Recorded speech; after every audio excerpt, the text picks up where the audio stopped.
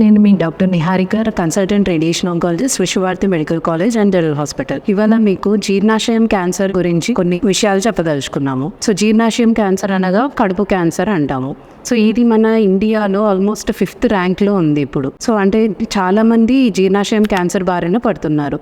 So దీనికి main కారణాలు ఏముంటాయి అంటే ఆల్కహాల్ కన్జంప్షన్, మందు తాగటము, లేదా స్మోకింగ్ చేయటము, లేదా మన వంశపారంపరంగా కూడా రావచ్చు.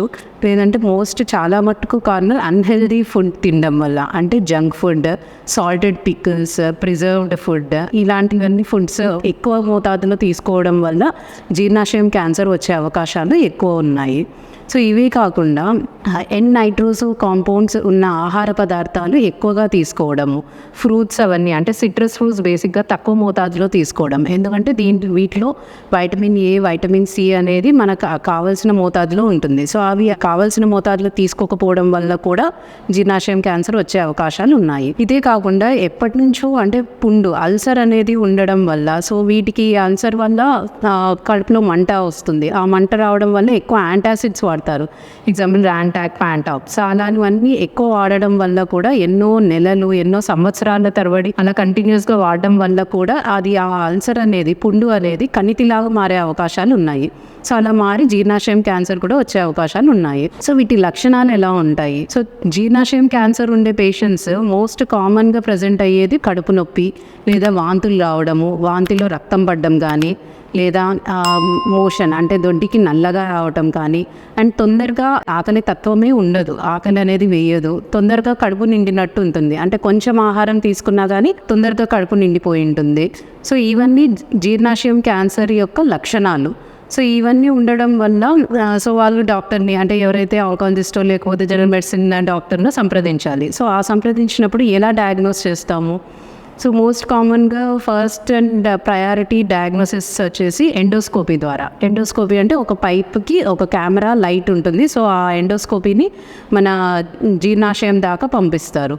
అన్నవాహికలో ఏమైనా ఇబ్బందులున్నా, జీర్ణాశయంలో ఏమైనా ఇబ్బందులున్నా ఆ ఎండోస్కోపీ అంటే అప్పర్ జిఐ ఎండోస్కోపీ ద్వారా చూడడానికి అవుతుంది.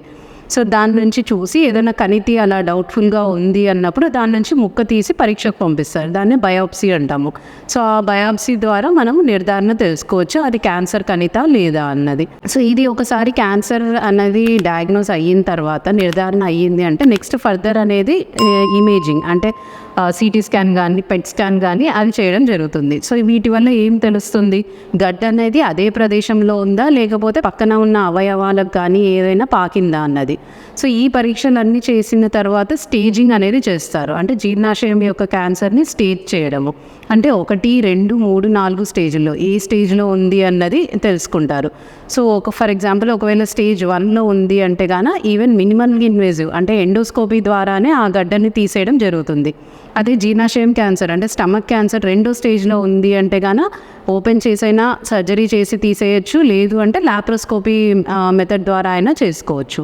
అదే 3వ స్టేజ్లోకి వెళ్ళింది అంటే ఆపరేషన్ అనేది కొద్దిగా వీలు పడదు. సో దానికి ఆ గడ్డని కొద్దిగా తగ్గించడం, అంటే కీమోథెరపీ మందులు లేదా రేడియేషన్ ద్వారా కణితిని తగ్గించి ఆ తర్వాత ఆపరేషన్కి తీసుకోవటము.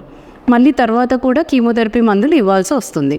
ఇదే 4వ స్టేజ్లోకి వెళ్తే 4వ స్టేజ్లో ఆపరేషన్ యొక్క ఇంపార్టెన్స్ తక్కువ ఉంటుంది. అంటే ఈ 4వ స్టేజ్లో వచ్చిన పేషెంట్స్కి సో గడ్డ అనేది ఎక్కువ వేరే చోటికి కూడా పాకిండొచ్చు, అంటే పొట్టలో నీరు చేరడము అలా ఉంటుంది. ఆపరేషన్ అనేది ఓన్లీ అంటే ఆహారం ఏమన్నా పోకుండా కంప్లీట్గా బ్లాక్ అయ్యింది అంటే ఏదో అంటే ట్యూబ్ వేయడానికి ఒక్కటి పరిమితి అయి ఉంటుంది ఆపరేషన్, అంటే ఫీడింగ్ జెజనాస్టమీ అంటారు. సో ఓన్లీ ఆ పైప్ వేసేసి ఆ పైప్లోంచి లిక్విడ్ డైట్ అనేది తీసుకోవడానికి వీలుగా చేస్తాము.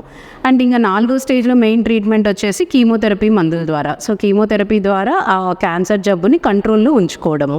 సో ఇవి స్టేజ్ వైజ్ ట్రీట్మెంట్ ఆప్షన్స్ ఉంటుంది. సో వీలైనంత వరకు మనకి ఏదైనా ఇబ్బందులు ఉంటే వెంటనే కన్సల్టెంట్ ఎవరి దగ్గరికైనా డాక్టర్ దగ్గరికి వెళ్తే మనకి ఈ లక్షణాలు ఉంటే వెంటనే తొందరగా అర్లీ స్టేజ్లో బయటపడడం ద్వారా మనకి ట్రీట్మెంట్ ఆప్షన్స్ అనేది ఎక్కువ ఉంటుంది. సో క్యూర్ అయ్యే ఛాన్స్ కూడా ఎక్కువ ఉంటుంది.